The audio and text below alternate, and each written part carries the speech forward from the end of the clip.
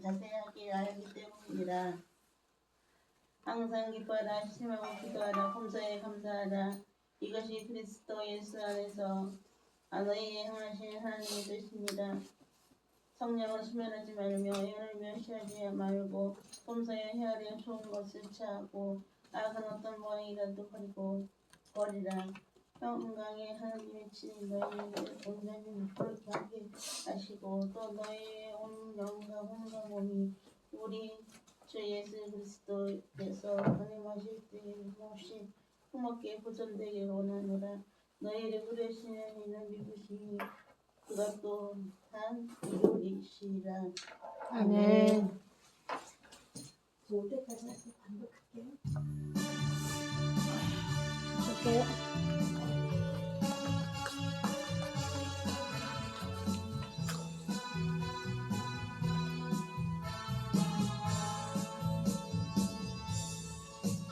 이는 너희에게 이룰 줄 너희는 모르느냐. 늘 깨어 있으라. 잠들지 말아라. 주님과 동행하라. 항상 기뻐하라. 쉬지 말고 기도하라. 범사에 감사하라.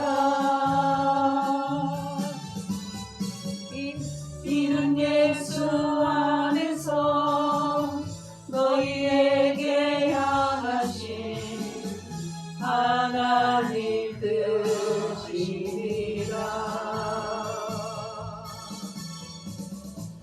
평강의 하나님이 너희를 거룩하게 하시고 온 몸과 영혼이 주 오실 그날을 흠없기 원하노라.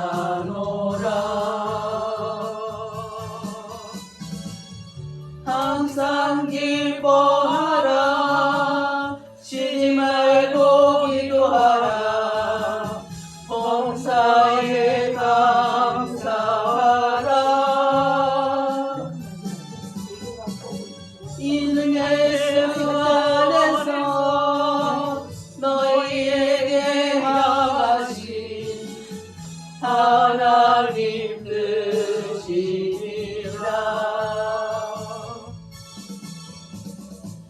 그날이 도적같이 이를 줄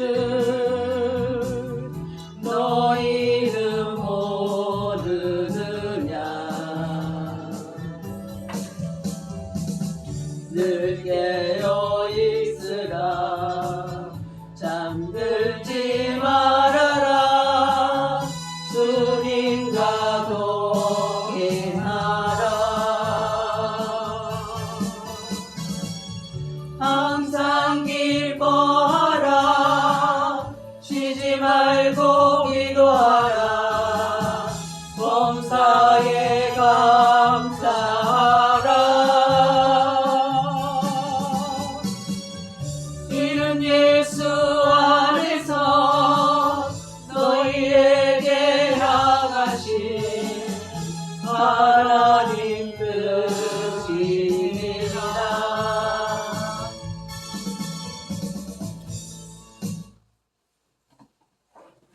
있어요. 아이고, 오늘 우리 최고.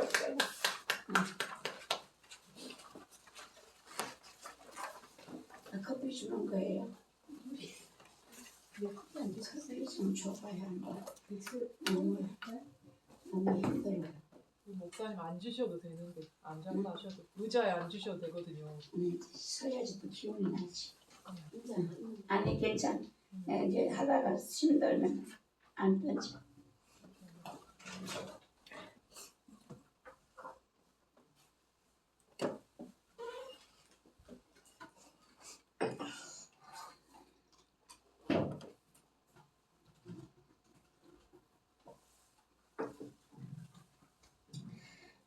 기도하고 우리 시작하겠습니다. 전능하신 하나님, 우리를 사랑하신 하나님, 오늘도 저희들을 한자리에 불러 모으심을 감사합니다. 아버지의 뜻과 영광을 바라며 이 시간 저희들이 함께 주님 앞에 나아갑니다. 주님 기억하여 주시고 주님의 은혜와 힘이 필요합니다. 지혜가 필요합니다. 온전히 저희들에게 부어주시어서 하나님 한없는 은혜와 기쁨으로 충만하게 채워주시고 주님이 원하시는 그때에 저희들이 사용될 수 있는 하나님 귀한 은혜와 축복을 물붓듯이 부어주시옵소서. 예수님의 이름으로 감사하며 기도드리옵나이다. 아멘. 오늘은 애들 커피 한 잔씩 하고 하죠. 예, 마셨어요? 좀 앉으셔서 드셔도 돼요. 아우 또 너무 뜨겁네요. 네. 리더의 준비. 오늘은 한 조직의 위대함은 리더의 위대함과 정비례한다. 조직이 리더보다 위대해지는 일은 드물다. 따라서 조직을 키우는 비결은 곧 리더를 키우는 것이다. 리더십 개발은 곧 개인 성장과 같은 말이다. 리더라는 인간이 자라면 지도 역량이 자라고 지도 역량이 자라면 그가 이끄는 조직이 자랄 가능성도 커진다. 그러므로 리더가 자기 조직을 위해 할 수 있는 최선의 일은 곧 자신이 잘하는 것이다. 여러분들이 모두가 내가 잘한다는 것은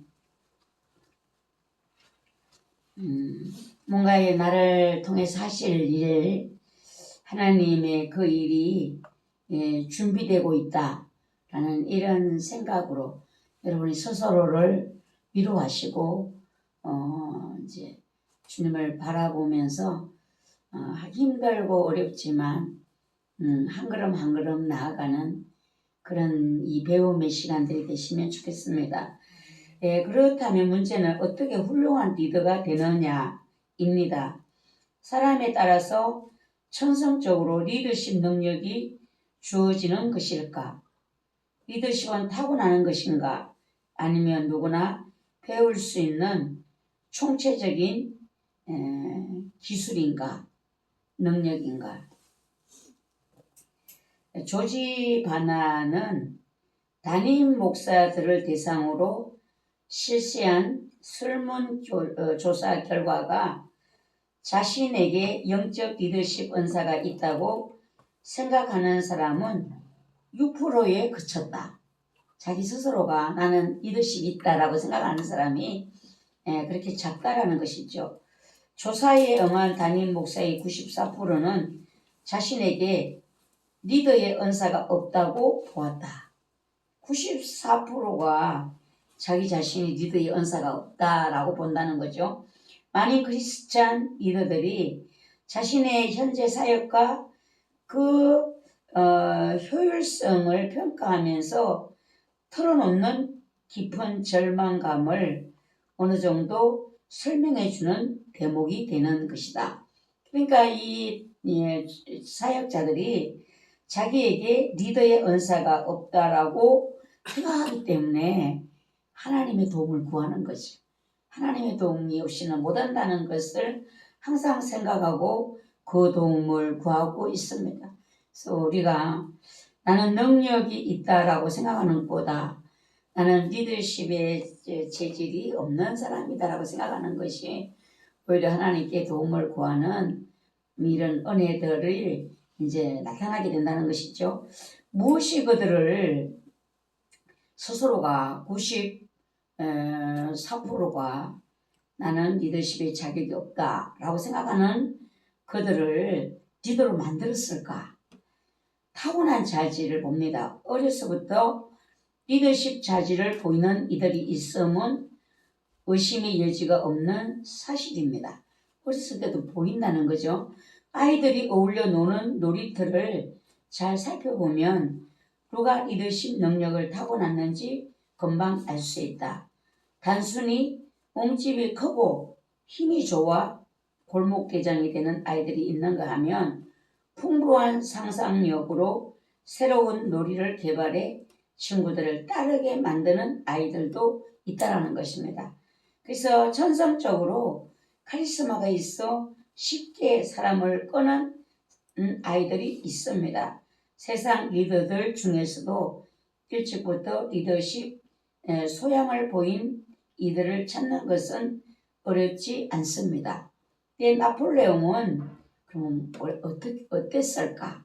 참 우리에게 많이 알려진 인물이잖아요. 나폴레옹은 어려서부터 거부들을 데리고 복잡한 전투를 꾸몄다는 겁니다. 전쟁 놀이를 하는데 친구들을 데리고 그런 복잡한 전투를 하는 놀이를 했다는 겁니다. 근데 그러면 처칠 어렸을 때 1500개의 장난감 병정으로 정교한 전투 작전을 지휘하며 어린 나이에 유난히 정치에 몰두했다.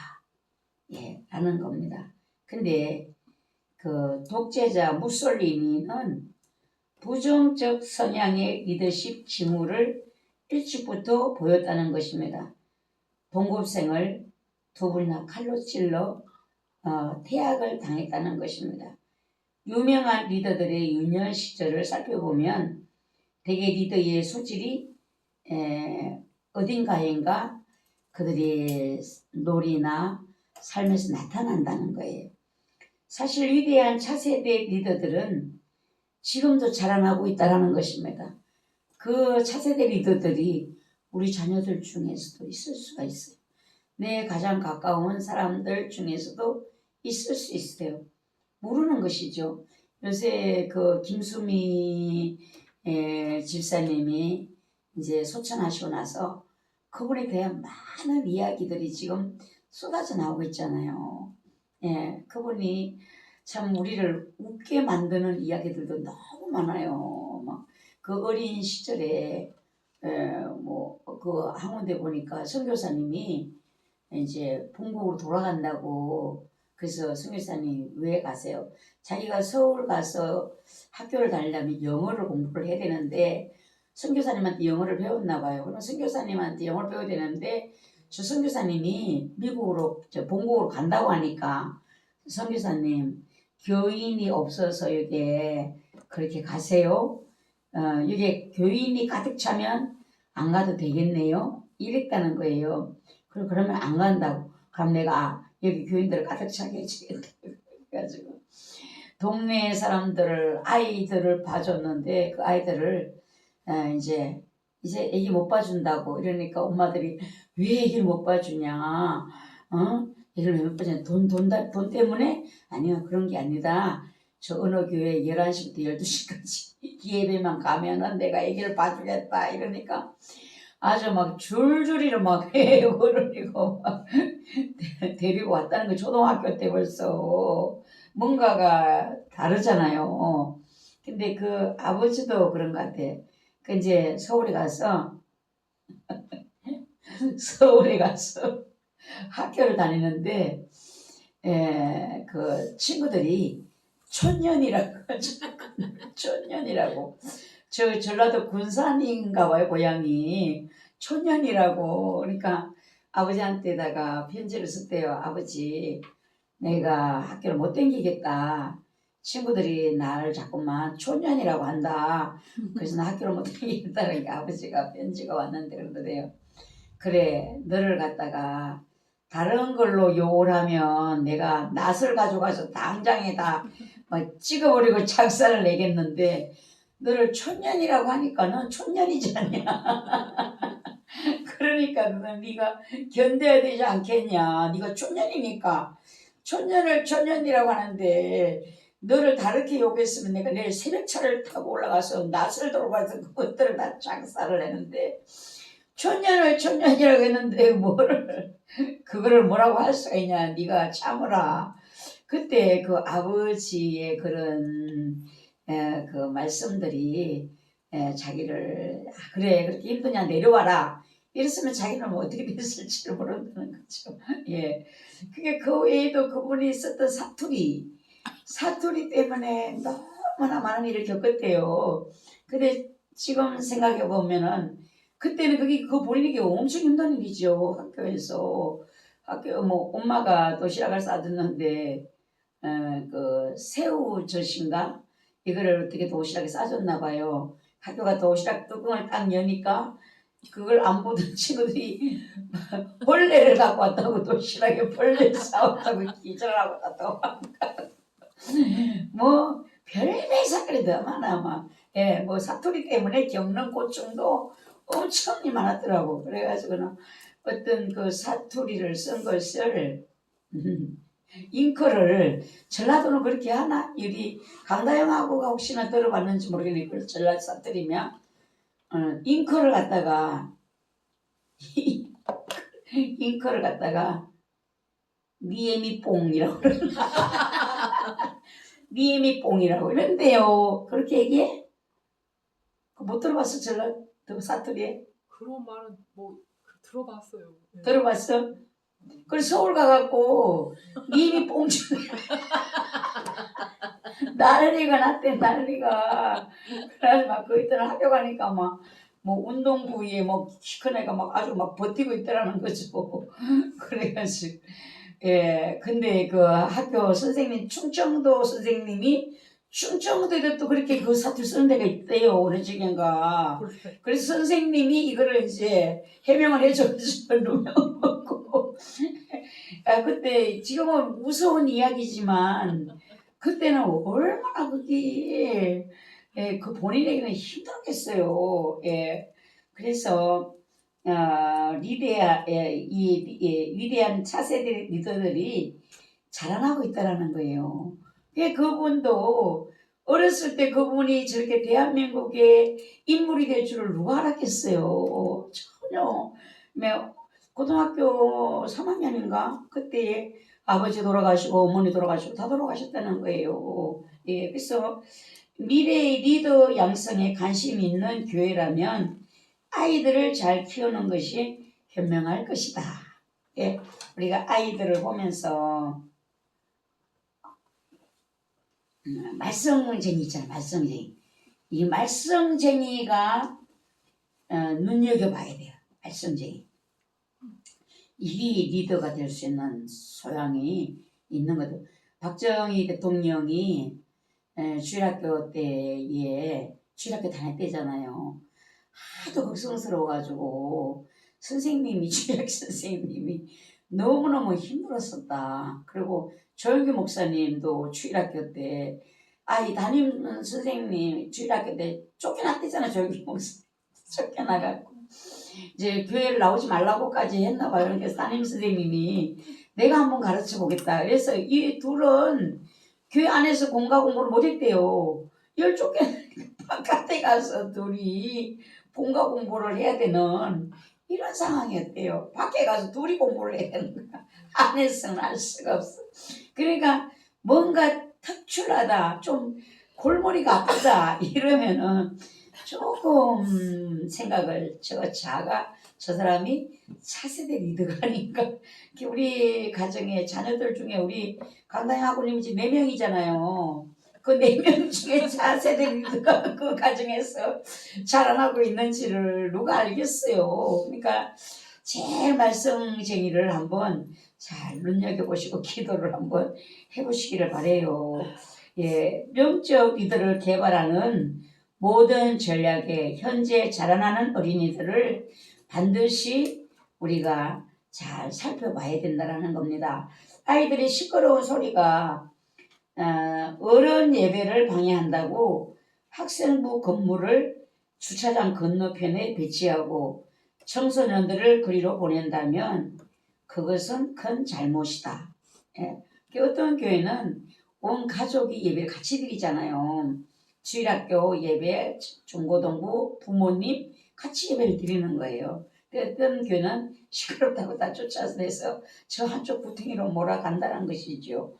현명한 교회는 청소년이 어른이 되어 리더십을 발휘할 때까지 가만히 기다리는 대신 10대 때부터 그들에게 리더십 기회를 그들에게 주어 본다라는 것이죠. 리더십 기회를 그들에게 이제 부여한다.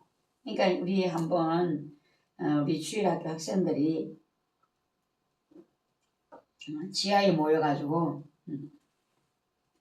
자기들끼리 구역예배 드린다고 앉아가지고 막 구역예배 어른들이 드리는 구역예배 흉내를 막 내고 있는데 어른들이 그 모습을 보고 너무 아주 웃음도 나고 은혜도 됐다 이러더라고요. 우리 정은정 교수님이 저 어렸을 때는 어떻게 했는가? 그 집사님들의 아이들이 그 우리 이강도사도 다 그 또래로 같이 컸거든요. 같이 컸는데 그 하나 둘셋넷 다섯 여섯 한 10명 가까이 되는 애들이 얼마나 말씀 부르는지 몰라요. 막 청소해 놓으면 막 방으로 그 교회로 막 맨발로 잡기 놀이 한다고 뛰어다니고 하루는 이제 그 붕회를 하는데 제가 주방에서 설거지를 하고 있는데 누가 빨리 와보래요. 빨리 좀 와보래요. 그래가지고 이제 설거지를 하다 놓고 가보니까 요 아이들이 그때 중고등부 학생들이 수련회 왔었거든요. 그 이제 성전의 빈 시간에 요 강대상 앞에 그 둘러 앉아갖고 흉내 내는 거야. 자기들은 흉내 방언 기도하는 흉내를 내다가 진짜 성령에 물이 붙었어요. 가니까 막 방언을 하면서 막 철철철 울면서 날다녔어요. 이 어린 아이들이요. 예, 그러니까 모르는 거예요. 몰라. 예. 우리 정은정 교수님 뭐 잘 가르치잖아요. 이 영상 수업하는 영상 올려놨는데 300회가 넘어 그 들어온 횟수 300회가. 그 여러분들이 지금 엄청난 강의를 듣고 있는 거예요. 300회가 넘어갔어요. 그 들어오는 조회수가. 예. 200 몇십, 300 넘어갔습니다. 그런 지금 가르치는 그 교수로 쓰임 받을지 누가 알았어요. 어릴 때 착하고 그냥 착했어요. 진짜 착했어. 근데 저렇게 에너지가 빵빵 터지는 저런 게 스님이 되니까 누가 생각했겠습니까? 여러분들 우리 강다영하고도 그렇고 우리 김석 하고님도 그래요. 우리 뭐 아들하고 며느리는 이제 다 다 컸으니까 이제 자기 삶을 살아야지. 그 밑에서는 손자가 또 뭐 차세대 리더가 될지는 아무도 몰라요. 꿈꾸는 자가 되시기를 바래요. 안 된다, 못 한다라는 생각을 하지 마시고 주님 오시는 그날까지 일꾼은 필요한 거예요. 하나님의 나라를 전할 자들이 그때까지 주님 오실 때까지 가야 되는 거야 일이. 그러니까 오늘 내가 이 자리에 앉아서 이제 하나님이 나를 어떻게 사용하실지는 모르지만 주님이 원하시는 자리에 우리가 앉아 있잖아요. 그러면 또 이것으로 끝나는 것이 아니라 또 흘러가서 다음에 어떤 차세대 기도가 우리 가문에서 일어날지 내 대열매 중에서 일어날지 우리 교회 안에서 일어날지 그건 아무도 모르는 일인 것입니다. 요셉을 보면 분명 그는 리더가 될 사람이었어요. 하나님은 꿈을 통해서 요셉에게 언젠가 그가 큰 인물이 될 것을 보여주셨습니다. 곡식단이 그의 곡식단을 보고 절을 하고 또 해달별이 또 그를 향해서 절을 하고 더 구체적으로 요셉의 꿈은 그가 형들의 리더가 된다는 내용이잖아요. 이 꿈 때문에 이제 그가 미움을 받게 되는데 요셉의 형들은 놀라운 미래에 대한 비전을 달갑게 받아들이지는 않았어요. 그 꿈 이야기 때문에 질투하고 요셉을 미워했어요. 그러나 아버지는 아들의 그 말을 마음에 두었다라는 것이잖아요. 먼 훗날 결국 애국 최고의 총리가 된 요셉 앞에서 그 형들은 요셉의 꿈대로 절을 하는 거잖아요. 뜨는 거예요. 예. 아버지가 돌아가시고 나니까 이제 요셉이 마음을 달리 먹어도 뭘 어떻게 할 수가 없어요. 그들은 요셉의 그 리더십을 진작에 알아보지 못했던 것을 이제 후회하겠지요. 많은 리더십 이론에서 저자들이 리더는 태어나는 것이자 만들어지는 것이다. 그 요셉은 어렸을 때부터 뭔가 아버지가 아들을 특별 대우했잖아요. 채색 옷을 입혔잖아요. 야곱의 눈에 어떻게 보여서 그런지는 우리는 다 지금 알 수가 없어요. 추측할 뿐이죠. 근데 야곱은 그 아들의 이야기를 나무랐지만 마음에 두었다라고 했잖아요. 근데 형들은 질투를 했어요. 그러면 요셉은 뭔가 태어날 때부터 조금 아버지가 볼 때도 그 리더십이 보여졌을 수도 있지 않는가. 본인이 이제 통제할 수 있는 부분들을 잘 개발하면 리더십 능력을 크게 높일 수 있다. 우리는 나에게도 하나님이 이런 리더십을 나에게 허락하신 것은 아닐까라고 이런 걸 한번 생각을 해보시면 좋겠어요. 아이, 나는 안 된다니까요. 근데 나는 안 된다라고 하는 그 생각 뒤에 뭐가 중요한가? 하나님의 계획이 중요한가? 하나님의 뜻이 중요한 것이거든요. 저는요, 누구 집에 가서 빌려달라 소리는 못해요. 빌려달라라고 아버지가 신부를 보내면 죽어도 안 가요. 정말 암만 야단 맞아도 안 가고 있다가 진짜 아버지가 크게 화가 나갖고 그날은 뭐 뒷집에 가서 뭐 꼬갱인지 뭘 빌려오랬는데 안 가는 거예요. 그다음에 저 아빠가 진짜 화가 났어요. 울면서 가고 있는데 아버지가 화가 잔뜩 나니까 낫을 가지고 내가 걸어가는 척에다 확 던지는데 우리 엄마 내가 지쳐 죽는 줄 알았대요. 제 발 뒤에가 그 정도로 안 가는 거예요. 빌리러 가는 건 안 가는 거예요. 누구를 갖다 주라고 하는 것을 대신에 뭐 얼마나 막 열심히 가는지 갖다 주고 오라면 밤중에도 또 가요. 아파도 가요. 배가 아파서 들어오고 가다가 길거리 쪼그려 앉아서 배가 아픈 것이 가라앉을 때까지 앉아있다가도 그걸 갖다 주러 가는 거예요. 그리고 누구한테 거절당하면 눈물이 나서 견딜 수가 없어요. 그런 제가 무슨 리더가 되겠어요. 근데 하나님은 만드시는 거예요. 리더를 누가 만드는가? 타고난 리더도 있지만 하나님이 만들어 가신다. 뭐를 통해 하나님 만들어 가실까요? 환경을 통해서 만들어 가신다. 환경을. 그러니까 하나님이 내 환경을 왜 이렇게 하실까? 그게 내가 풀리지 않을 때는 기다려보면 돼요. 요셉이 그 애국으로 종으로 팔려갔을 때, 감옥에 갔을 때에 이해되지 않잖아요. 그렇지만 하나님은 그를 그런 고난 속에 리더를 만들고 계신 것이거든요. 대중의 매체가 보여주는 리더상은 뛰어난 재능과 카리스마, 멋진 풍채와 신체적 매력을 갖춘 사람입니다. 뭔가가 저 사람 될만해. 지식적인 거, 외모적인 거, 성격적인 거 그런 것이 갖추어져야만 세상은 저가 리더가 될 수 있는 사람이라고 생각하거든요. 근데 삐뚤어진 리더가 될 많은 리더를 또 사람들을 회의에 빠뜨릴 수가 있다는 것입니다.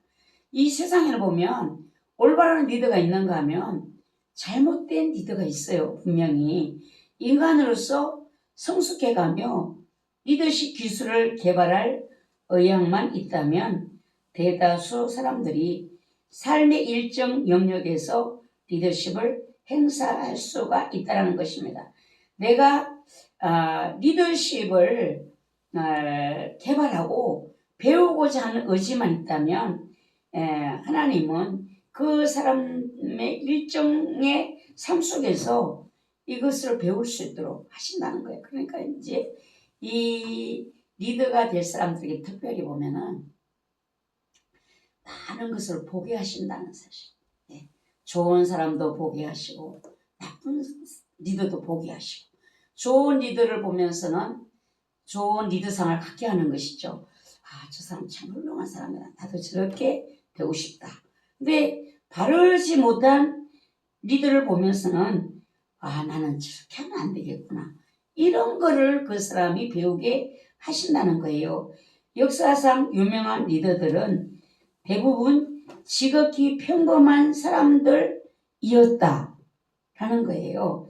체력도 볼품도 없고 공부에 재주 없는 이들도 많았다. 어떤 사람 그러더라고요. 공부 잘하는 사람은 공무원 되고 공부 못하는 말썽쟁이들이 돈 잘 버는 사람이 된다. 사업가가 된다는 거예요. 아니, 우리 주변에도 보면 학교 다닐 때 공부 열심히 하는 사람은 그냥 크게 뭐 그냥 그래요. 뭐 가면은 공무원이 됐다든지 그 정도인데 쟤는 말썽을 이렇게 부리고 못하지. 요즘은 사업가가 돼가지고 뭔가가 깜짝 놀랄 수 있는 이런 사람으로 되어 있는 것을 보게 되는 것입니다. 나폴레옹은 키가 167cm였다. 예, 이 빅토리아 여왕의 한 후견인은 그녀를 빅토리아 여왕을 키가 작고 천박해 보이는 아이로 이렇게 표현을 했다라는 것입니다. 그는 키가 150cm 밖에 되지 않아서 생각하기를 나만 빼고 다 잘한다 라고 불평을 했다는 거예요. 빅토리아 여왕이 그렇게 키가 작고 이렇게 좀 기이하게 보이는 것이 아니라 천박해 보이는 이런 아이로 이제 자라났다라는 것이고, 나폴레옹도 167cm를 가진 작은 체구라는 것이잖아요. 근데 윌버포스는 키가 160cm인데다 잦은 병치레로 몸무게가 35kg 밖에 나가지 않는 적도 있다. 병치레로 몸이 뭔 일을 하게 생기지를 않았다는 것이죠. 근데 독재자 스탈린은 단신이었다는, 작은 키에 165cm의 키에 스탈린을 처음 만난 트루먼은 그가 꼬마 같았다며 놀라움을 표했다. 그러니까 외모적으로 뭐 크게 그거 상관없이 이 세상을 이제 움직였던 인물들이 평범한 사람들이었다라는 거예요. 트루먼은 어린 시절 자신이 장님이나 다름없었고 여자 같았다라고 좀 소심한 이런 성격이 있는 것 같아요. 그리고 처칠의 전기 작가는 어떻게 썼는가 하면, 부서질 듯 창백한 소녀의 손을 가진 그는 몸동작도 뜻대로 잘 안되는 병약한 약골이었다. 게다가 혀짤배기 소리로 말까지 약간 더듬어 아이들의 놀림감이 되었다. 아이들은 그를 때리고 조롱하며 공을 집어 던졌고, 그러면 그는 창피하고 무서워 근처 숲으로 숨었다. 그 큰 인물들이 어렸을 때 모습이 이랬다는 거예요. 그러니까는 우리가 지금 나의 모습을 보고 절망할 수 있는 이런 일을 하면 안 된다. 오늘 내 모습이 전부가 아니다. 그 아나운서 그 이름을 뭐식인가 모르겠네요. 그 아나운서 어렸을 때 엄마가 그렇게 걱정을 했대잖아요. 네가 커서 네 밥이나 찾아 먹겠나 뭐 것이나 뭐를 사 먹으라고 주면은 사 먹고 뭘 사줘서 엄마가 주면은 이거를 친구한테 맡기고는 주고는 지가 얻어먹게 되는 거 한 개씩 얻어먹고 있대. 그러니까 엄마가 그 딸을 보면은 아주 그냥 어떤 이제 사회에서 인물이 될 만한 그런 게 안 보였다는 거예요. 지 과자를 사주는 걸 지가 먹으면서 친구를 나눠줘야 되는데 친구를 주고 지가 가서 하나 쉬거든. 엄마가 많은 걱정을 자기 때문에 했다고 그러더라고요. 예, 피터 센게라는 사람은 내가 함께 일했던 탁월한 리더들은 대부분 키도 크지 않고 특별히 잘 생기지도 않았다. 연설도 되게 보통 수준으로 그다지 돋보이지 않았으며 똑똑한 머리나 달변으로 청중을 매료시키지도 못했다. 그들을 구별짓는 것은 명료하고 설득력 있는 생각, 깊은 헌신, 끊임없이 배우려는 열린 마음이다. 이게 외모적인 것으로는 아니었다는 것입니다. 근데 이 반듯한 설득력 있는 생각이나 깊은 헌신, 성김과 끊임없이 배우려고 하는 열린 마음이 그들에게는 남달랐다라는 것이죠. 그래서 우리 여기 여러분들도 그런 한 사람 중에 나도 한 사람일 수 있어요. 애기 키우는 것만 해도 내게 벅찬데 뭔 공부야 이제서 공부. 그래서 삶의 경험을 보면은 삶의 경험은 분명 어떤 리더가 되느냐에 큰 영향을 미칠 수 있다. 출생 순서 같은 기본 사항도 한 사람이 리더로 자라는데 깊은 영향을 줄 수 있다. 형제 중 첫째가 아무래도 리더십이 좋은 경우가 있다. 대체로 부모들한테 맡은 책임도 많고 흔히 동생들에 비해 부모와 유대감도 강하기 때문이다. 맞이를 대하는 부모들의 마음이 뭔가 기대감이 있잖아요. 기대감이 있고 또 뭔가를 이제 부모가 그를 맡기는 일들도 이제 자주자주 있게 되는 것이잖아요. 체구나 힘이나 지식 면에서 동생들을 앞서다 보니 그만큼 어려서부터 리더십을 행사할 수 있는 자신감과 능력이 커진 것이다 라는 거예요. 우리 강다영하고도 아들에 대해서 한번 자랑했죠. 뭔가 다른 이제 모습을. 엄청 스트레스를 많이 받아요.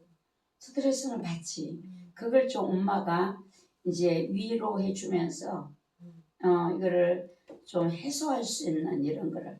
이제 어떤 분들은 그렇게도 한다더라고요. 애들을 여러 애들을 키우잖아요. 한꺼번에 다 데려가는 것이 아니라 어떤 뭘 사줄 때 하나씩 하나를 데리고 간다는 거죠. 가서 그 아이를 이제 뭐를 좋아하는 걸 사주고 대화를 하면서 엄마로부터 특별한 어떤 이런 생각을 갖게 한다라더라고요. 한번 스트레스를 많이 받으면 한번 뭐 아이스크림 집을 가든지 뭐 떡볶이 집을 가든지 한번 가서 아들하고 이제 대화를 나누고 동생들 때문에 힘든 부분들을 엄마가 알고 있다. 우리는 그렇잖아요. 누가 나 힘든 거를 알아주는 사람이 없다라는 생각을 할 때 우리가 외로운 거고 힘든 것이잖아요. 근데 하나님이 나를 알아준다라고 생각하면은 우리가 위로가 되고 힘이 나는데 사람이 나를 아무도 몰라. 이럴 때 우리가 좌절을 하잖아요. 그러니까 아이들도 엄마가 네가 힘들다는 걸 알아. 너 동생들 때문에 힘든 거 알아. 엄마가 또 너한테 자꾸 책임을 맡기고 이렇게 하는 것도 네가 힘들다는 거 알아. 이렇게 하면서 뭔가 위로하고 또 그 속 이야기를 할 수 있도록 이렇게 만들어 보면 큰 아이에게 위로가 되고 힘이 되지 않는가, 스트레스를 해소할 수 있는 그런 또 기회들로 만들 수 있고, 우리 권사님도 이제 아들하고 이제 다 장성했으니까 이제 뭐 알아서 하겠지 뭐 이렇게 생각하지 말고 이제 한번 툭 던지면 속 얘기를 할 때가 있잖아요. 그럴 때 한번 속 얘기를 서로 이렇게 해보면서 속 얘기를 하다 보면 저런 부분이 또 힘드는 부분도 있구나. 말을 안 하면 모르는 그런 부분들이 있잖아요. 그런 부분들을 한번 시간을 만들어 보면 서로가 권사님도 또 속 얘기도 하고 또 기도 제목도 서로 나누고 이렇게 하다 보면은 이제 그런 부분들이 하나님께 의지할 것은 하나님께 의지하고 그러다 보면 서로가 이제 서로 깊은 마음을 아니까 또 기도할 수 있는 이런 기회가 서로가 미안하다 보니까 말을 못하고 그냥 미안하니까 말을 못하고 있다가 보면은 말이 없으면 이 속 생각을 알기가 그냥 대충 뭐 이렇게 아는 것이지 아니잖아요. 엄마가 나 때문에 기도하고 있구나. 내가 힘든 부분을 엄마도 그 부분을 알고 있구나. 이렇게 하니까 이제 또 그 짝에다가는 여유가 있어지는 거죠. 둘이 사이에 또 여유가 있게 되고 이런 역할들을 이제 권사님이 결혼 전에 결혼식이 이제 한 달 좀 남았죠. 이렇게 결혼 시간에 한번 잘 나눠보면 좋지 않겠는가 하는 생각을 해봅니다. 이 가정이 결국 우리 리더십의 훈련장이에요. 가정이 리더십의 훈련장. 이거 뭐 하나님이 혈연으로 우리를 뭉쳐놓고 우리를 리더를 만드는 장을 지금 하나님이 우리를 훈련시켜 가시기 때문에 뭐 벗어나고 싶어도 안 돼. 벗어나고 싶고 이 십자가를 벗어놓고 싶어도 벗어놓을 수가 없어. 이거는 왜 나를 리더로 만드는 하나님의 계획이 그게 있기 때문이에요. 가정환경을 보면은 유년기 가정환경의 영향은 절대 가소평가할 수 없는 리더십 개발의 중요한 요인이 됩니다.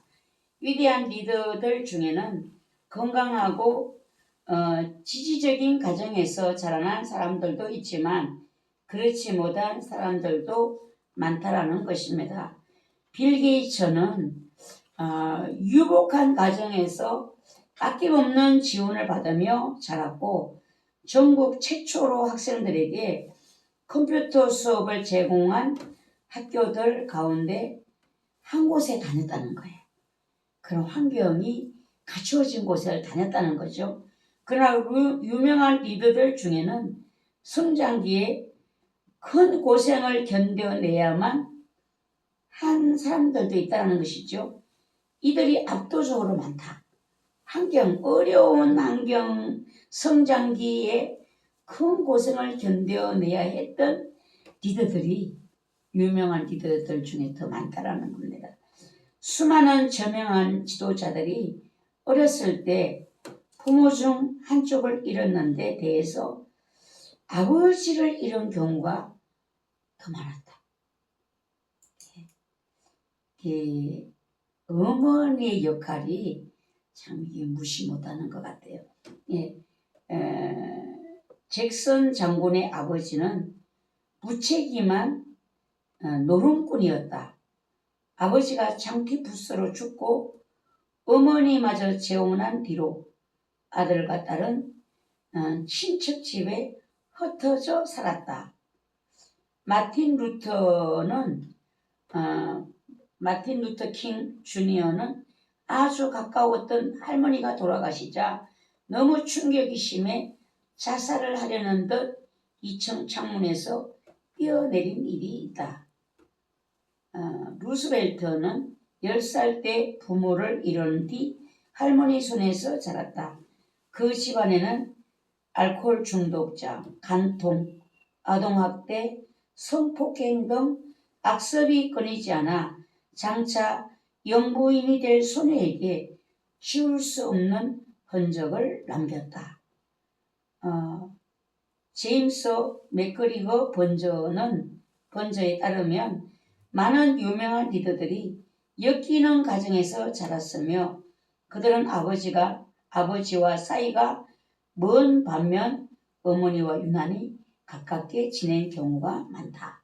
엮이는 가정에서 리더들이 많이 나왔다라는 거예요. 우리는 좋은 환경에서만 좋은 리더가 나오는 줄로 생각하지만 그 외에 우리가 생각 밖에 이런 힘든 가정들 속에서 유명한 리더들이 나온다라는 겁니다. 히틀러는 어머니와 가까웠지만 아버지를 정오했다. 그 속에서 아버지를 미워하는 마음이 있었다. 스탈린, 조지 미셀은 어머니와 깊은 사랑을 받은 반면 아버지한테는 구타당하며 자랐다. 처칠의 부모는 그를 7살 때 기숙사 학교로 보내놓고 아들이 와달라고 애걸복걸 하는데도 일에 매달리느라 자식을 찾지 않았다. 심지어 아버지는 아들의 학교 근처에서 열리는 회의에 참석할 때도 아들에게 가보지 않았다. 크리스마스 휴가도 아들과 떨어져 지냈다. 예, 따뜻한 부모의 가정 속에서 돌봄을 받으며 자라지를 못했다는 것이잖아요. 마틴 루터 킹 아버지는 그를 혹독한 구타로 훈육을 했다라는 겁니다. 그 링컨의 아버지는 아들에게 돈을 주고 중노동을 시켜 빚을 갚게 했다. 훗날 링컨은 자기 결혼식에 아버지 일가를 초대하지 않을 정도로 정이 없었다. 심지어 그는 아버지의 임종도 지키지 않았고 장례식에도 참석하지 않았다. 얼마나 그 아버지에 대한 마음이 섭섭하면 그렇게 했겠어요. 윌슨의 아버지는 항상 아들의 잘못만 지적할 뿐 결코 아들을 인정해 주지 않았다. 엘리자베스 1세는 무서운 아버지 헨리 8세가 자기 어머니 앤 벌렌을 간통죄로 교수형에 처하는 비극을 겪었다. 이 아버지는 딸을 자기 앞에서 쫓아내고는 1년여 동안 얼굴을 보지 않았다. 알렉산더 대제의 아버지는 알렉산더가 어렸을 때 암살당했다. 일부 역사가들은 암살 배우를 알렉산더의 어머니로 추정된다. 이 지구의 역사 가운데 리더들이 이런 환경에서 나왔다라는 거예요. 케네디, 야심가인 아버지의 인정을 받기 위해 형제들과 경쟁해야 한다. 빌 클린턴, 우리 클린턴 대통령 알잖아요. 유아기 때 아버지를 잃고 3년간 조부모와 살았다. 어머니는 도박과 외도를 일삼는 알코올 중독자와 재혼했는데 부모가 이혼하던 날 클린턴은 어머니가 계부에게 당한 학대를 법정에서 증언해야 했다. 빌 클린턴은 바로 그런 과정에서 미국 대통령으로 준비되었다. 어려서 아버지의 사랑을 못 받았거나 학대당했거나 아버지가 없었던 사람일수록 자신의 망가진 자존감을 되찾는 방편으로 큰 인물이 되려고 애쓴 경향이 보인다는 거예요. 그런 많은 어려움을 겪었을수록 내가 성공해야 돼. 이걸 내가 뭔가가 이런 이제 보상의 마음이라고 해야 되나요? 이런 일들로 더 애쓰는 큰 인물이 되려고 했다라는 것이죠. 많은 추종자들의 헌신을 얻음으로써 아버지에게 인정받지 못한 과거를 보상받으려고 한 것이다. 어린 처칠은 부모한테 줄곧 쓰라린 무시를 당하면서도 부모를 우러러 보았고 어머니에 대해 처칠은 이렇게 해고했다. 어머니는 내게 샛별처럼 빛나는 분이었다. 비록 멀리서나마 난 어머니를 친정 사랑했다. 하지만 내 절친한 친구는 내 부모였다. 그러니까 부모가 가까운 것이 아니라 자기를 돌봐주는 그 사람이 자기에게 친한 친구였다는 거예요. 처칠의 아버지는 특출한 국회의원이었기에 아들과 보낼 시간이 거의 없었다. 처칠은 후에 아버지의 입대 권유에 대해 이렇게 추측했다. 한동안 나는 아버지가 그 경륜과 직감으로 내 안에서 군인의 재주를 분별한 줄로만 알았다. 그러나 전적으로 내가 판검사가 될 만큼 똑똑하지 못한 결론에서 나온 권유임을 나중에 들었다. 이 판검사가 되지 못할 인물인 걸 알고 군대로 자기를 보냈다는 거잖아요. 예, 자기는 아버지가 자기를 보는 눈이 예, 군대로 이제 대승할 인물로 보고 보낸 줄 알았는데 그 반대라는 겁니다. 예, 아버지가 세상을 떠나자 처칠은 체념주로 이렇게 말했다. 아버지의 도움으로 나란히 국회에 들어가 아버지의 동료가 되려던 내 모든 꿈은 끝났다. 그러니까 참 실망이죠, 실망. 예. 그래서 이제 내게 남은 것은 아버지의 목표를 추구하며 아버지의 추억을 되살리는 것뿐이다. 라고 했다고 해요. 우리들도 보면은 그런 실망스러운 부모들이 있어요. 우리 앞에요. 부모지만 우리에게 다 좋은 나의 후원자가 아니라 그 반대일 수 있는 부모들도 있다라는 사실입니다. 그러나 그런 부모의 후원이 없다고 해서 잘 안 되는 게 아니야. 하나님의 계획만 있으면 되는 거예요. 예.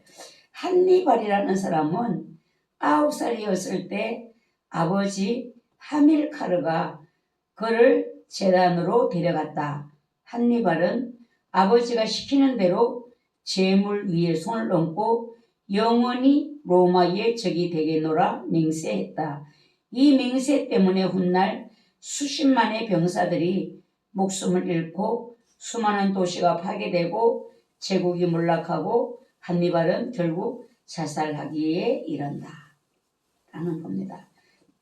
세상의 유명한 리더들 중에는 위태로운 가정에서 늘 두려운 마음으로 자란 이들도 있다는 것입니다. 그것이 동기로 작용해서 그들은 자신의 환경을 통제하고 불안감을 해소할 방편으로 권력을 얻으려고 했다는 것입니다. 어려서부터 마음에 맺힌 원한과 분노 때문에 어른이 되어 영향력 있는 직위에 오른 것이다. 예. 그런 어려운 환경들이 그 사람을 이제 성공할 수 있는 또 좋은 사람으로 또 그 영향을 받아서 주체하는 영향으로 이렇게 되는 경우들이 있다고 하는데 처칠은 자신의 유명한 조상 존 처칠에 대해 이렇게 했었다. 유명 인사들은 대개 불행한 유년기의 산물이라 한다. 기구한 환경의 중압감, 쓰라린 역경의 고통, 어릴 적 무시당하고 놀림당한 자극 등이 있어야만 악착 같은 목적의식과 집요한 순발력이 싹틀 수 있다. 그런 목적과 순발력이 없이는 큰 일을 해내기 힘들다. 한번 이거를 잘 이제 묵상해 보면서 나도 한번 하나님의 뜻을 향하여 이제 그런 과거의 나의 힘든 어른들 부모들의 그런 악영향이죠. 악한 영향 그런 것으로 인해서 내가 주저앉는 것이 아니라 한번 떨치고 일어나보는 이런 이제 한번 그런 기회를 삼아보는 것이 정말 이런 나온 인물들 중에 한 사람 나도 그럴 수 있지 않는가. 우리 은혜를 생각해 보면 그래요. 은혜는 영적으로 많은 그런 시달림의 그 세상을 경험했잖아요. 그래서 영적인 그런 시달림을 경험해 보지 않은 사람은 몰라요. 그래서 하나님의 은혜로 주님의 도우심으로 성령님의 도움을 받아서 그 어둠을 떨쳐내고 빠져나와 보면 거기에 대해서 말해줄 수 있는 큰 어떤 비밀을 가진 사람이 될 수 있다는 생각을 하거든요. 그래서 신학교 이 4년 동안에 하나님 우리 은혜하고를 어떤 모습으로 변화시킬까 저는 하나님 기대합니다. 이런 마음을 가지고 지켜보고 있어요. 예, 하나님 내 마음에 나를 억누르고 있는 이 어둠들 생각들을 하나님께서 거두어 주시고 저를 여기서 떨치고 일어나서 많은 이제 그런 어려움을 당하는 사람들에게 길을 안내하고 빛이 되어 줄 수 있는 이런 내가 될 수 있도록 하나님 나를 사용하여 주세요. 그러니까 그저께는 또 이러더라고. 내가 많이 눌리나 봐요. 기도를 잘 안 나와요.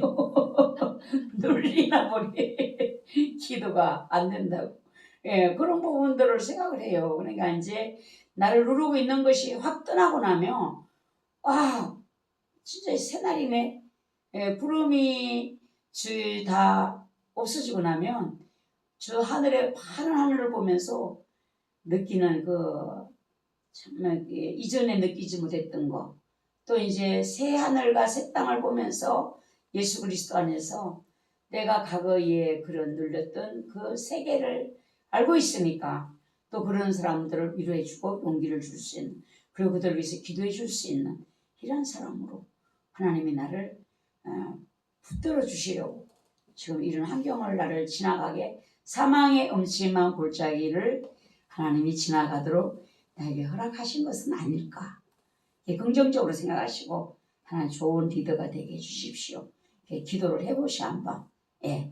그리고 어린 처칠의 환경에는 그런 자극이 결코 모자라지 않았다. 대대로 전수된 여러 경로를 통해 그의 속에 위험하고 호전적인 불씨가 어머러져 있었다. 세상 리더들만 힘겨운 어린 시절의 영향을 입는다고 생각하면 오산이다. 엮이는 가정에서 자라거나 파격한 훈육의 여파로 고생하기는 종교계의 리더들도 예외가 아니다. 우리가 기독교 안에서 목사님들을 보면은 엄청난 힘든 목사님들이 있어요. 질병으로 인해서.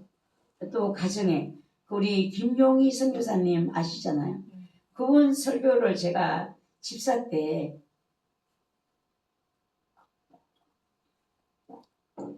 잠자다가 베베비를 켜놓고 TV를 켜놓고 잠을 자다가 잠결에 일어나서 들었어요. 근데 잠결에 들었는데 아니 어떻게 저런 복음이 있지? 어떻게 저런 복음이 있지? 근데 사람을 이름을 모르는 거야. 김의 이렇게만 아는 거야. 이분이 어떤 분일까? 제가 궁금하고 그분의 말씀을 들어보고 싶고 막 이랬는데 그분을 찾은 지가 얼마 안 돼요. 근데 그분의 이야기를 들어보면은 부모가 큰 옛날에 비싼 술집 했다고 그러잖아요. 여자들 두고 하는 술집. 그런 가정에서 이제 그런 것만 보고 자란 거죠. 근데 이제 막 실패해가지고 완전 이제 거지같이 이렇게 되는 그 이제 환경을 만나게 되고 어떻게 하다 이제 교회를 찾게 되고 은혜를 받고 나서 그가 새로운 세계를 발견했다고 하잖아요. 참 하나님은 능치 못하심이 없으시다. 하나님이 하시려고만 하시면 하나님이 계획이 나에게 있으시다라면 그분 뜻대로 그분의 그 능력대로 우리를 들어 올리시는 거예요. 성경에서 그러잖아요. 내가 너를 세계 모든 민족이 뛰어나게 하리라. 하나님 이런 말씀하시잖아요. 하나님의 손이 높이 들면 세계 모든 민족이 뛰어난 인물이 될 수 있다니까요. 그분이 지금 안 가는 곳이 어디 있겠어요. 그리고 그분의 자녀들은 다 선교사로 이름도 다 막 그렇게 지었더라고. 다 성교 또 이름을 다 그렇게 지나갔고 그 자녀들이 제발 우리 자식들은 우리가 이름을 지켜 주십시오. 아버지가 이름을 짓지 말고 우리가 이름을 지켜 주십시오. 아이고. 근데 그 아들 자식들을 마지막까지도 다 선교사로 보내면서 그 사모님은 하나라도 좀 나비두고 자식을 옆에 두고 보고 싶은데 다 보내니까 그러면서 보내면서 땅끝에서 죽어서 천국 중심에서 만나자 이렇게 하면서 보냈다고 하는데 얼마나 뜨거우면 그 불이. 그러니까 집사 때 예수 믿고 막 열심히 봉사하니까 집사님들이나 안수 집사님들이 3년만 해봐. 다 우리같이 돼. 이랬다는 거죠. 3년만 해봐. 다 우리같이 돼. 그런데 그분이 그래요. 아니 그분들의 하나님은 어떤 하나님이길래 3년 예수 믿고 봉사하고 나니까 그렇게 되는지 나는 30년이 지났는데 여전히 불탄다는 거죠. 여러분 어떤 하나님을 만나는가 이것이 중요한 거예요. 그래서 여러분들이 나는 환경은 누구에게 말할 수 있는 게 하나도 없어 하더라도 내가 하나님을 깊이 만나면 역사는 일어난다 하는 생각을 꼭 하시고 여러분들이 한번 큰 꿈을 가져왔으면 좋겠습니다.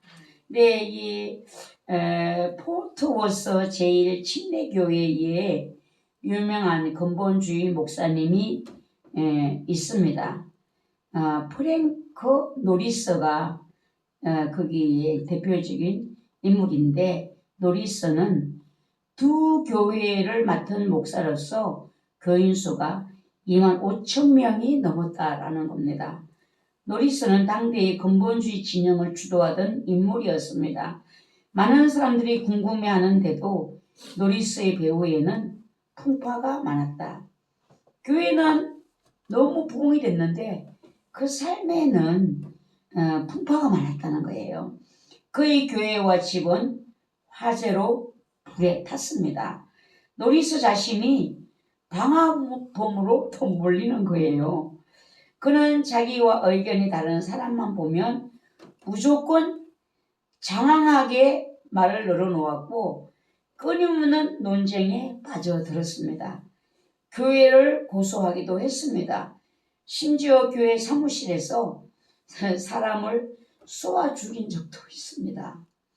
노리스의 이런 보복적인 리더십 방식을 이해하려면 먼저 그의 어린 시절을 살펴봐야 합니다. 노리스는 어려서부터 알코올 중독에 빠진 아버지에게 죽도록 매를 맞았습니다. 한 번은 깽단 두목이 노리스의 집에 나타나 그의 아버지에게 총을 쏘기 시작했는데 어린 노리스는 칼을 들고 두 악당에게 대항을 했습니다. 그 일로 총을 3방이나 맞았습니다. 가난하고 불안한 환경에서 자란 노리스는 후에 부끄러웠던 어린 시절을 이렇게 말했습니다. 8살쯤 되었을 무렵이다. 현관 앞에 서 있는데 남자 아이들이 올라왔다. 하나는 12살, 하나는 14살로 둘 다 위아래 멋진 옷에 멋진 코트를 걸치고 있었다. 난 코트 없이 무명 옷을 입고 있었고 옷이 작아 몸에 꽉 끼었다. 은행가의 아들인 그들은 날 보더니 옷이 너무 작다고 했다. 다른 아이들이 둘러서 보고 있는데 그중 하나가 내게 손가락질하며 말했다. 니네 아빠는 술 주정뱅이지? 우리 아빠는 은행에서 일한다. 난 돌아서서 교실로 들어가 얼굴을 손에 묻었다. 어머니는 부드럽게 날 감싸안고 눈물을 닦아주시며 말했다. 얘야 괜찮다. 언젠가 너도 남자가 될 테고 언젠가 하나님이 널 사용하실 거란다. 노리스의 과거는 그에게 성공을 안겨주기도 했지만 동시에 그를 파괴적이고 자기중심적인 행동 유형으로 몰아가 사역에 오점을 남겼다. 이렇듯 리더십 형성에 좋든 나쁘든 유년기 가정 환경의 영향을 빼놓을 수 없다. 화기애애하고 활기찬 가정 환경은 리더 개인이 건강하게 성장하는 데 도움을 준다. 든든한 자존감과 원활한 대인 기술을 길러주어 건강한 리더가 되는 데 요긴하게 작용한다. 엮이는 가정에서 자란 리더들도 노리스처럼 리더의 위치에 오를 수는 있으나 때로 그들의 과거가 지속적으로 성장하고 리더로서 성공하는 데 방해가 될 수도 있다. 상당수 저명한 크리스찬 리더들이 엮이는 가정에서 자랐지만 하나님의 치유를 경험하고 성공적인 리더가 되었다. 우리가 주목해야 되는 것은 하나님의 치유를 경험하는 거예요. 네. 이 쓴뿌리들을 제거시키는 것은 성령님이 내게 충만하게 임하실 때에 나의 쓴뿌리들을 제거시켜 주시거든요. 예, 우리가 시골에서 밭을 일구는 걸 보면은 나무를 잘라내고 나무 그 속에 나무 뿌리들이 너무 뻗어 있어요.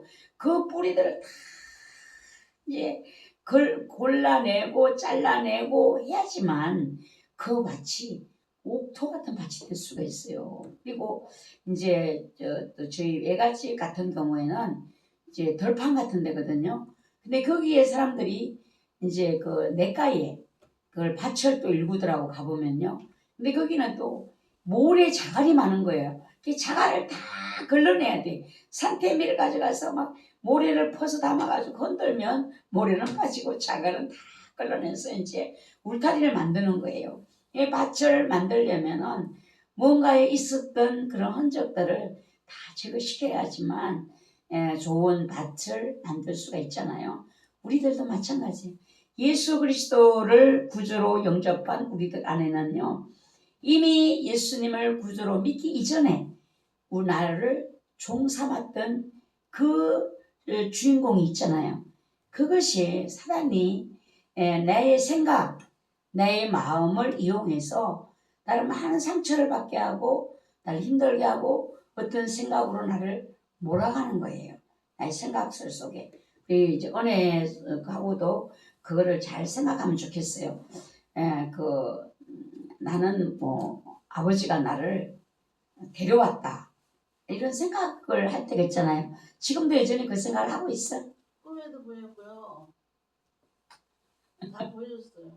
그러니까 이제는 내가 아버지한테 물어봤어. 은혜를 다른 데서 데리고 왔냐니까 아니 왜 아버지 엄마가 틀려요. 엄마가 B형이며 A형이거든요. 나는 A형이에요. 뭐라고 A형이라고 자기는? 그래요. 아버지는?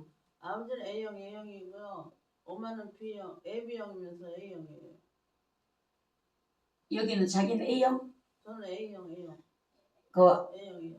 A형이고 B형이고 아빠 엄마는? 그래도 A형 나올 수 있어. 엄마가 AB형이며 A형.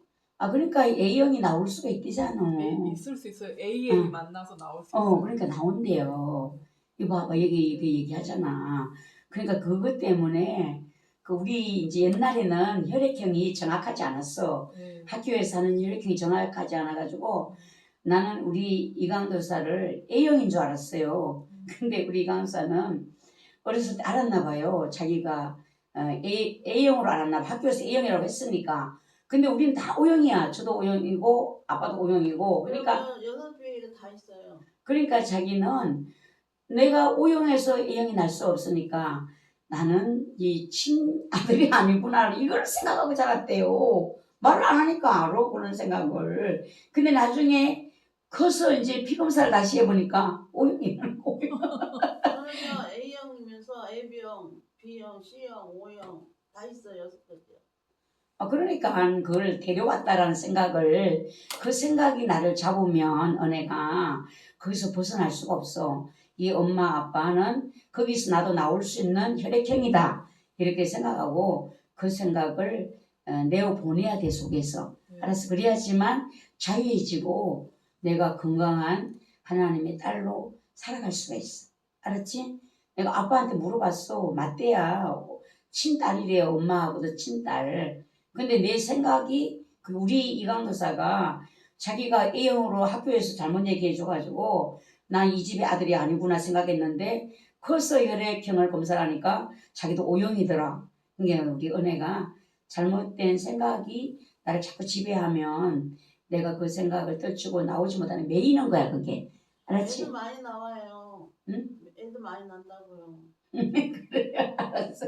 다른 사람 다 기르고 있는데 그 사람이 그러니까 우리가 뭘 해야 되는가 하면 하나님의 치유를 경험해야 돼. 하나님은 나를 치유해 주시려고 하시고 우리의 과거의 잘못된 생각들, 자살하는 생각들 이런 생각들을 치유해서 만약에 은혜가 다른 데서 데리고 엄마 아빠가 데리고 왔다 그래도 감사한 거지. 아빠가 나를 지금까지 이렇게 키워주셨으니까 얼마나 감사한가. 나를 나의 울타리가 되어주셨다. 아빠가 엄마가 나의 울타리가 되어주셨으니까 내가 지금 이렇게 연약한 가운데서 나 혼자 있으면 누가 나를 돌볼 것인가. 그것은 감사해. 그러니까 감사해. 무조건 감사하고 치유를 경험하셔야 돼요. 그래야만 성공적인 리더가 될 수 있다라는 것입니다. 그러니까 생각으로 내가 데려왔다라는 생각이 들어도 그래 나는 아버지가 그렇게 하셨을지라도 아버지가 되어주신 것이 감사하다. 나의 어머니가 되어주셔서 나의 울타리가 되어주셔서 지금 나를 위해 기도하고 있고 나의 보호자가 되어주신 것이 감사하지 않은가. 이렇게 할 때에 치유의 역사가 일어나고 성공하는 성공적인 리더가 될 수가 있다는 것입니다.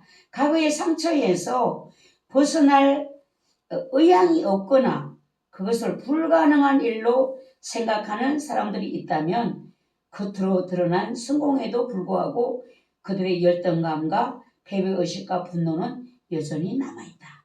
여기서 내가 과거의 상처에서 벗어나고자 하는 나의 의지가 있어야 된다는 거예요. 언제까지나 내가 거기서 불가능한 일로 생각한다라면 겉으로 내가 성공했어도 결국은 그의 열등감과 패배의식과 분노는 내 안에 남아있어서 나를 겉으로는 성공했지만 속에는 실패자로 나를 만든다는 거죠. 리더십의 어두운 면을 극복하기를 글을 썼는데요. 캐리 맥킨토시, 셰뮤얼 리마라는 사람이 책을 썼는데 오늘 많은 크리스찬 리더들이 무의식 중 역기능적 과거에 지배당한다고 결론을 지었다. 그러니까 과거에 내가 무의식 중에 그런 과거에 지배를 당하고 있다는 거예요. 이걸 한번 잘 생각해 보셔야 돼요. 예수 그리스도는 우리의 구원자로 치유자로 오셨어요. 성령님은 우리 안에서 새 마음을 주시거든요. 새 생각을 주시는 거야. 과거의 생각에 매여있던 나를 거기서 끌어내서 새로운 마음과 새로운 생각으로 예수 그리스도 안에서 새 피조물이 되는 이런 은혜로 나를 이끌고 있다는 사실이에요. 그래서 나는 과거의 거기에 상처에서 벗어나야 된다는 그런 의지를 우리가 가져야 된다는 거죠. 그래서 이것이 불가능하다라고 생각한다면 거기서 벗어나올 수가 없다는 거예요. 하나님의 은혜는 가능하다. 하나님의 은혜는 나를 충분하게 새 마음을 주시고 새 생각을 주셔서 나의 그 고통스러웠던 과거를 딛고 나는 훌륭한 리더로 그런 고통을 당하는 자들을 돌보면서 하나님 앞에 귀한 일꾼으로 쓰임받고 싶다라는 이런 생각을 가질 때에 우리가 성공한 리더가 될 수 있다는 겁니다. 네, 우리 지금 유튜브에 나오는 나는 듣지는 못했는데 누가 들은 사람 이야기를 하더라고요. 아버지에 의해서 어렸을 때 성폭행을 당했다는 거죠. 그거 얼마나 힘들겠어요. 이게 부모를 그걸 상처를 씻을 수가 없어. 이걸 어떻게 씻어? 뭔 생각으로 그거를 위로하고 싶겠어요. 그런 고통 속에서 성장하고 예수를 만났는 것 같아요. 제가 들은 이야기이기 때문에 잘 모르겠지만 근데 그분이 지금 올라오고 계시는가? 목사가 되어가지고 그런 상처받은 사람들을 끌어안고 그 사역을 하고 있다는 거예요. 그들이 치유자로 지금 쓰임받고 있다는 거지. 그러니까 우리는 예수 그리스도 안에서는 어떤 나를 엮이는 가정에서 환경적으로 나를 몹쓸 그런 환경에 있다고 할지라도 나를 다시 일어서게 하는 힘은 예수 안에 있는 거예요. 그 예수님의 능력이. 그래서 무의식 중에 역기능적 과거에 지배당하고 있다라는 거예요. 나는 지금 과거의 나의 그런 생각에 지배당하고 있지는 않는지 같이 은혜하고 떨쳐버리는 거예요. 그죠?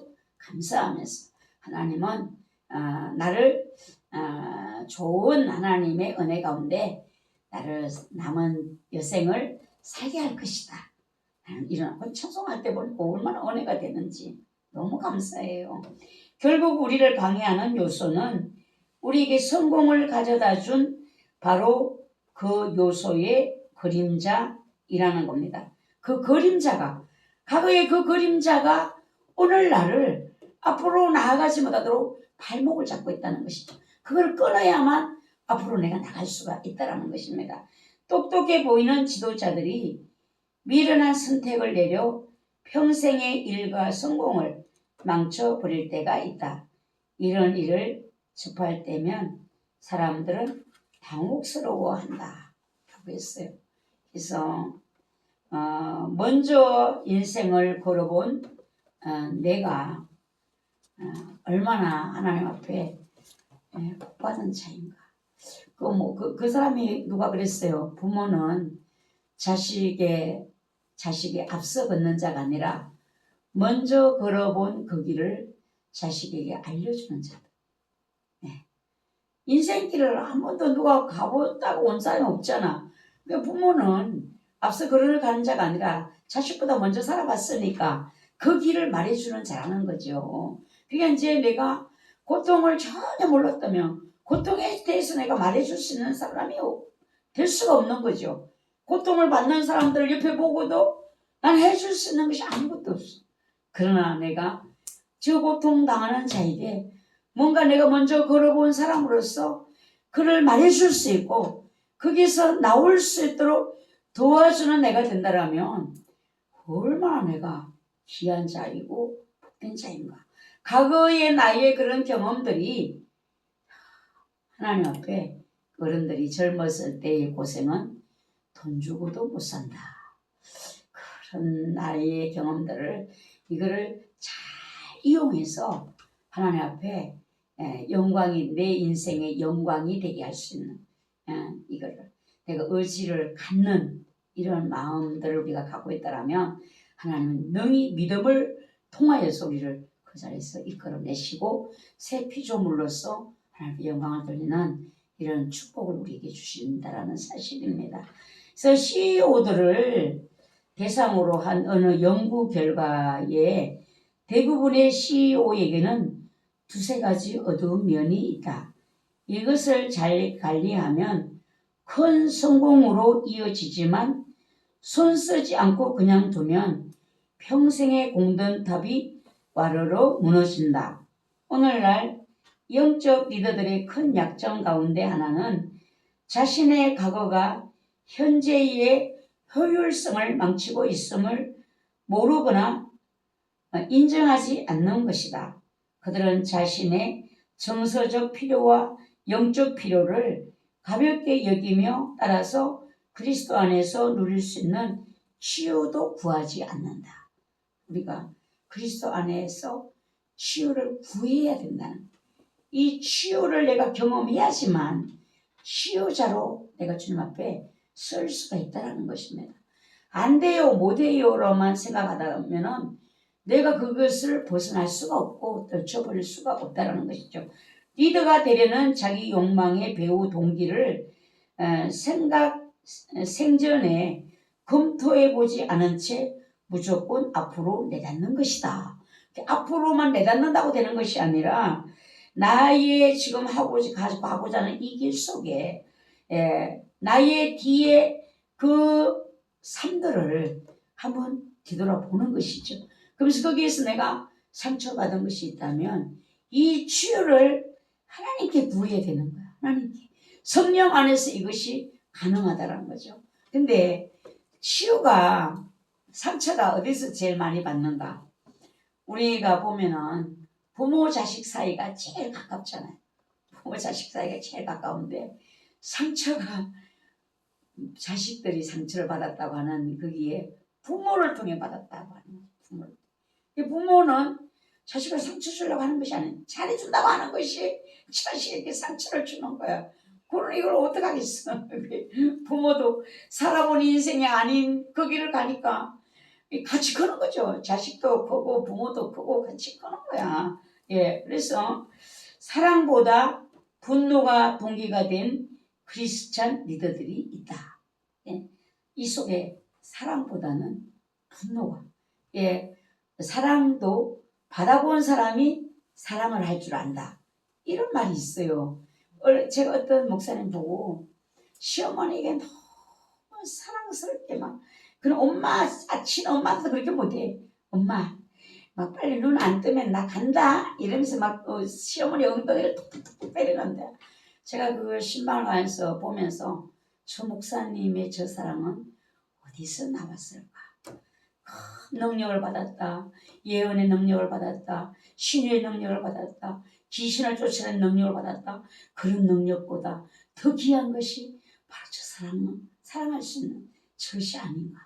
막 너무 은혜가 됐어요. 그래서 제가 목사님은 그 사랑이 어디서 나왔죠? 제가 물어보니 저는 어렸을 때 너무 많은 사랑을 받았어요.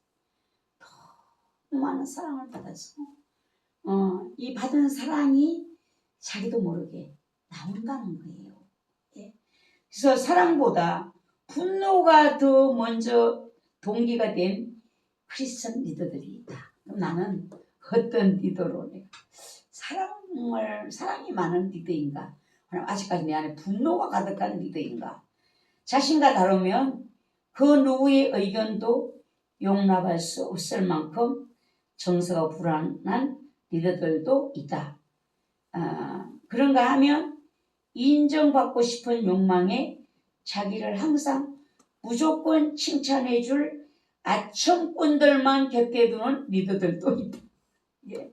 우리가 잘 생각해 봐야 돼. 나한테 듣기 좋아하는 말만 원하는 사람은 그런 사람만 옆에 두기를 원한다는 거죠. 칭찬받는 것만 원하는 사람은 자기가 뭐 잘하든지 못하든지 칭찬해주는 사람들만을 가까이 두려고 한다는 겁니다. 우리는 어디다가 많이 생각해야 되는가 하면 누가 나를 칭찬했을 때 하나님은 어떻게 생각하실까? 주님은 나를 지금 칭찬하실까? 아니면 책망하실까? 이걸 항상 생각하셔야 돼. 누가 나를 칭찬했을 때 주님은 지금 나를 어떤 마음으로 나를 바라보시고 계실까? 라는 생각을 항상 하셔야 되고 하나님이 나의 기준이 되시는 이런 생각을 가지고 있어야지만 우리가 사람에게 빠지지 않을 수 있는 현혹되지 않을 수 있는 내가 될 수가 있고 그런 나의 삶을 살아야만 결국 주님 앞에 서는 날 잘했다 칭찬받는 그날이 나를 기다리고 있다는 사실입니다. 사람이 약한 사람은 또 칭찬이 없으면 못해요. 참 훌륭하세요. 정말 훌륭하세요. 만인이 나를 다 훌륭하다고 할지라도 주님이 너는 아니야. 이러면 아닌 거야. 여기를 항상 생각하셔야 되고 주님이 보실 때 내가 합당하다면 사람들 눈에도 합당하지 않겠어요. 예. 하나님의 눈은 피할 수가 없고 하나님의 기준은 세상의 기준이 따라갈 수가 없잖아요. 그래서 우리는 항상 하나님이 그 지난번에 누가 저를 기도를 하면서 제가 아프니까 저를 기도를 해주면서 주님이 그랬대요. 사랑하는 내 종이라고 그랬대요. 그래서 제가 물어봤어요. 그 주님이 하신 거야? 아니면 자기 생각이에요? 주님이 그렇게 하셨대. 그래서 제가 그것을 듣고 주님 그 말이 주님이 주신 생각이라면 감사한데요. 제가 보기에 제가 너무 부족해요. 제가 너무 허물이 많아요. 주님이 과연 그렇게 하셨다면 너무 감사하지만 그렇지 않는 사람의 생각에서 나온 것이면 저를 잘할 수 있도록 은혜를 주세요. 제가 그렇게 기도를 했었어요. 그래서 하나님을 섬기는 방편이 아니라 자기를 세우는 수단으로 영적 권위의 자리를 구할 수 있는 것이 인간이라는 것입니다. 그래서 안타깝지만 흔히 있는 일들이라는 것이죠. 이 모두가 부정적이고 파괴적인 동기이지만 오늘날 많은 리더들이 이처럼 과거의 상처에 지배당하고 있다. 그러면서도 본인은 그것을 까맣게 모르고 있다. 이게 이제 문제인 거죠. 예. 내가 지금 과거의 상처에 지배당하고 있으면서 내가 그것을 모르고 있다면 나는 거기서 벗어날 수가 없는 거예요. 벗어날 의지도 갖지 않는 거죠. 예. 상처를 치유해 줄 그 주님의 은혜도 구하지 않는 것이 되는 거죠. 그러면 나를 치유해 주시고 내게 은혜 베풀어 주시기를 바라시는 그 주님의 마음이 얼마나 안타까울까. 내가 자녀를 도와줄 수 있는 능력이, 내가 모든 능력이 충분한데 우리 자녀가 내게 도움을 구하지 않을 때 그 부모의 능력을 인정하지 못하는 그 자식을 바라보는 부모의 마음이 어떨까. 우리가 한번 바꿔서 생각해 보시면 좋겠어요. 예, 내 자식이, 내가 그 자식에게 무엇이든지 다 해줄 수 있는데 그 근심만 하고 염려만 하고 좌절만 하고 있다면 내 자녀를 바라보는 나의 마음이 어떨까. 하나님 나를 무엇이든지 치유해 주시기를 원하시고 과거의 그 아픈 상처들에서 나를 끌어내 주셔서 성공적인 리더로 나를 세워주시려고 하시는데 내가 그것을 기도하지 못해서 치유를 구하지 못해서 그 도움을 지금 내가 받지 못하고 있다면 하나님이 나 때문에 얼마나 마음 아파하실까. 이런 생각을 가지시면서 나를 지배하고 있는 이 과거의 상처 예수 그리스도의 이름으로 잘라내시고 거두어내고 걸러내고 말씀으로 다 걸러내시고 이제 내 마음에 예수 그리스도만 계시고 은혜와 평강이 가득한 그 김수미 그분이 그러더라고요. 내가 왜 예수님의 마음을 몰랐는지 예수님을 만나고 나서 보니까 막 너무 행복해서 미치겠다는 거예요. 행복해서 너무 행복해서 내가 미치겠다. 그러니까 참 예수를 제대로 만난 사람이구나 라는. 그러면서 어떤 권사님이 자기를 내가 성도님을 위해서 담배를 끊도록 기도를 해주겠다 라는 이야기를 했다는 거예요. 근데 자기가 어느 날 담배를 끊어야 되겠다는 생각이 다 왔대요. 근데 그때 전화가 오기를 담배 끊게 40일 기도를 하고 또 했대요. 그게 어제로서 끝났다는 거죠. 근데 어제 자기가 담배를 이제는 끊어야 되겠다. 술을 끊어야 되겠다. 이 모든 걸 다 끊어야 되겠다라는 이 생각을 했는데 그게 어제 기도가 끝나는 날 전화. 근데 자기가 너무 놀랬던 거야. 이거 뭐 부인할 수가 없다는 거죠. 이거. 그러면서 이래 조금씩 끊는 게 아니라 이런 건 단칼에 끊어야 됩니다. 단칼에. 네. 그래서 자기가 부인할 수 없는 하나님의 은혜. 그리고 자기는 새 사람이 되어서 지금 이제 예수님을 만나고 있는 게 행복해서 미치. 여러분 안에 거기 찾아와야 돼요. 그래야지만 이 상처의 완전한 치유가 일어나거든요. 그걸 어떻게 하는 건가?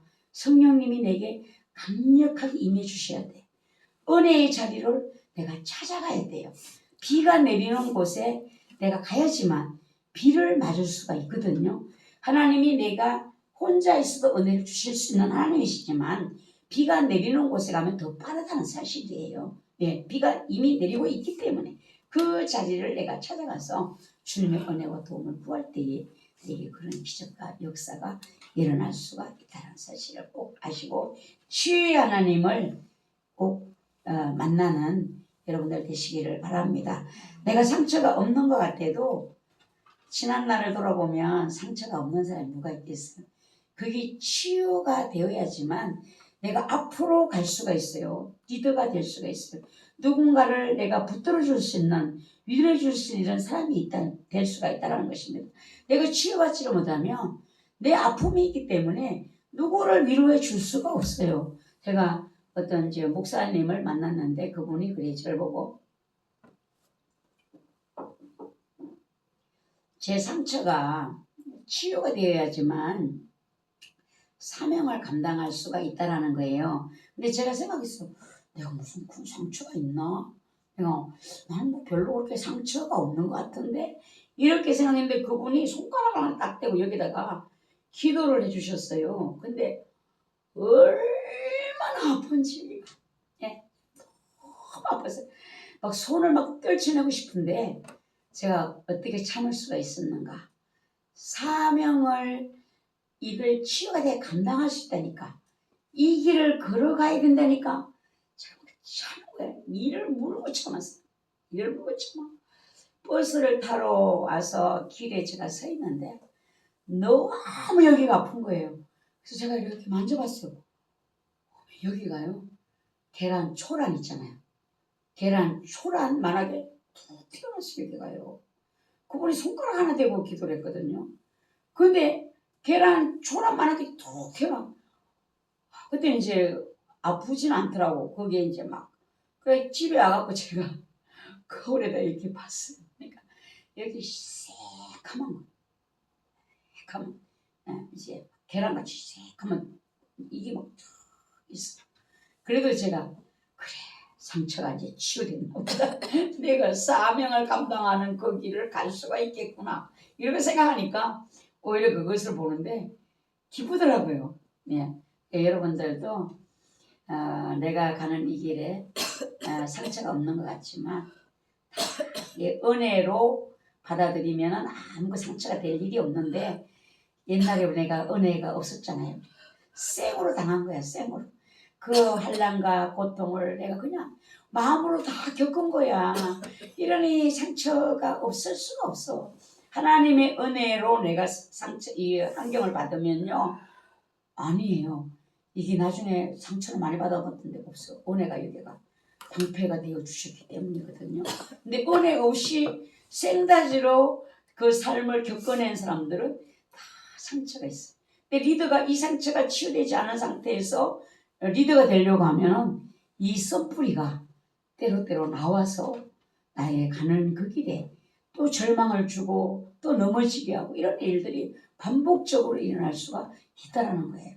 이제는 치유하신 하나님, 나를 치유하신 하나님, 나를 이 아픔에서 다 치유해 주시고 예수님을 나의 구주로 온전히 만나고 나의 주로서 나의 선생으로서 주님이 앞장서 가시면서 저를 지혜를 주시고 주님의 제자로 저를 사용해 주십시오.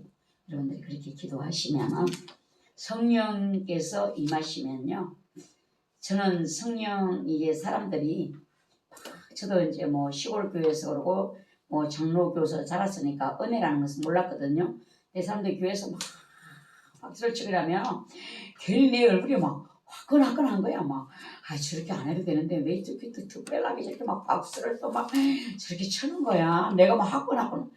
근데 어느 날 그 집사님 옆에서 막 박수 치는데 내가 그런 생각을 가지고 있는데 갑자기 내 마음에 기쁨이 확 들어오는데 제가 뭐 애기들 웃기지 말아라. 간이 뒤집어진다. 이 말이 이런 것이구나. 제가 간이 뒤집어지는 것 같았어요. 막 기쁨이 들어오니까. 어떻게 하지 못하고 무릎을 꿇고 그 무릎에다가 가슴을 갖다 확 짓눌렀어요. 참을 그렇게 하고 있다가 일어났는데 제 마음이 기쁨이 말로 할 수 없는 기쁨이 찾아왔어요. 그러니까 그때부터는 웬만한 거는 넘어가게 되고 하나님이 은혜로 내 생가슴에 당하는 그거하고는 완전 다른 거야. 그래서 내가 생가슴에 당했다는 것은 이미 내한테 많은 쏜뿌리들이 다 얽혀 있어. 이걸 누가 끌어내 줄 수 있어? 사람이 안 돼.